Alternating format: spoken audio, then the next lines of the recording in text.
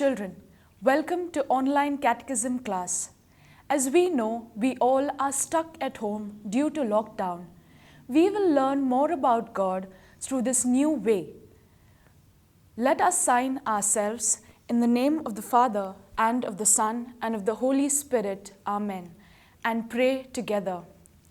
God of the universe, we thank you for your many good gifts, for the beauty of creation and its rich and varied fruits, for clean water and fresh air, for food and shelter, animals and plants.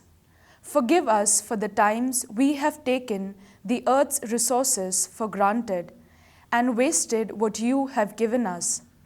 Transform our hearts and minds so that we would learn to care and share, to touch the earth with gentleness and with love, respecting all living things. Amen. We all are at home due to COVID, and I know you miss going out on vacations. So I'll take you on a short ride through these pictures. What do you see in them? The mountains, our solar system, rivers, plants and animals, and the most beautiful creation of God, that is, human beings, and the most special of them, you children. Do you see how carefully and beautifully these things have been made? The mountains, our solar system, plants, animals, flowers, and us, human beings. Isn't this really all beautiful? Do you know who created the mountains, rivers, plants, animals, and especially us? Yes, God our Father has created them. We will learn about the story of creation in this lesson. God created the universe. Do you know where will we find the story of creation? In the Holy Bible. And which part of the Bible? In the book of Genesis. It is the first book in the Bible. The word Genesis means the beginning. Many years ago, there was no world. There was nothing and no one but God. No birds sang, no sun shone, no flowers bloomed, no children played. It was dark and empty. Then God began making the world a beautiful place to live in. So God said, "Let there be light," and the world became bright. God separated the light from the darkness, and He named the light day and the darkness night. Then God made the beautiful sky. After that, God said, "Let all the water gather and let the dry land appear." God called the dry land earth, and the waters He called sea. God saw the world He was making was good, but He wanted it to be more beautiful, and so He said, "Let the earth make plants grow and trees and grass."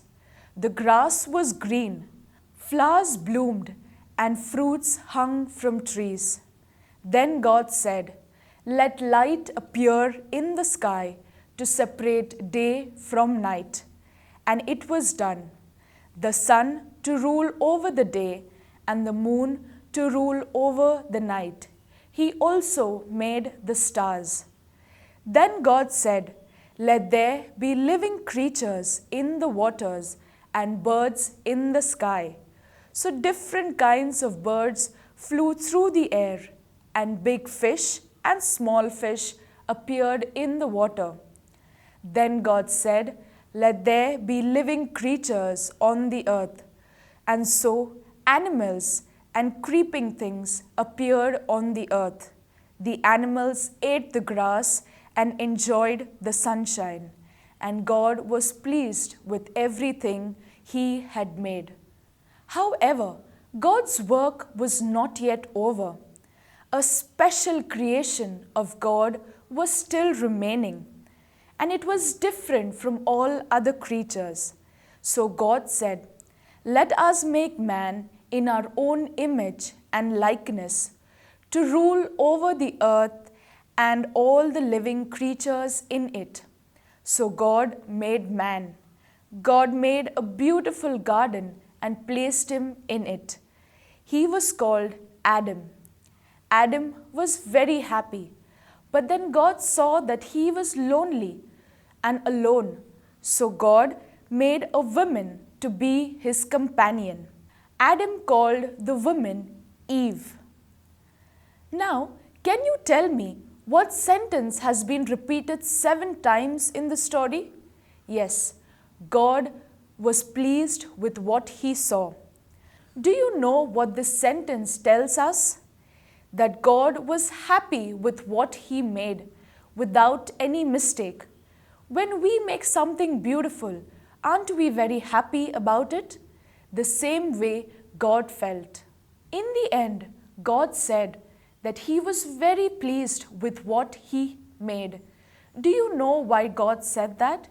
Yes, because we were special of all his creation. How are we different and special? Because we are made in God's image and we are like him. And why do you think God took so much trouble in making all these things? Because he enjoys making beautiful things. And this is how he shows us his love. Do you think we are taking care of God's creation? No. Today's situation has occurred because we have used up Earth's resources and have disturbed our nature with pollution. So God had to put a full stop to all this and show us that he still has power over all the earth. What is the best thing that God made, that he was very happy with? Yes, people. When God made you and me, he was very happy. He said, "This is my child. How beautiful he is, or how beautiful she is." But sometimes we do not realize how good we are. We make God sad by saying, "I wish I was like Anita," or "I wish I was like Michael." So let's do a little activity and see how beautifully we are made by God. Think of 2 good things about yourself. It can be your nature, your behavior, or your talents. And how can you add to this list? What more can you do during this pandemic to be the best children of God? Maybe you can help your poor friend who has nothing with him. Or maybe if you know how to play an instrument or sing, you can teach your friends. Or by not troubling your mom and dad during this lockdown and doing all the things on your own. So here we end today's lesson. I hope you enjoyed this lesson. Take care of God's creation by not polluting the environment, and especially take care of yourself, the most beautiful creation of God.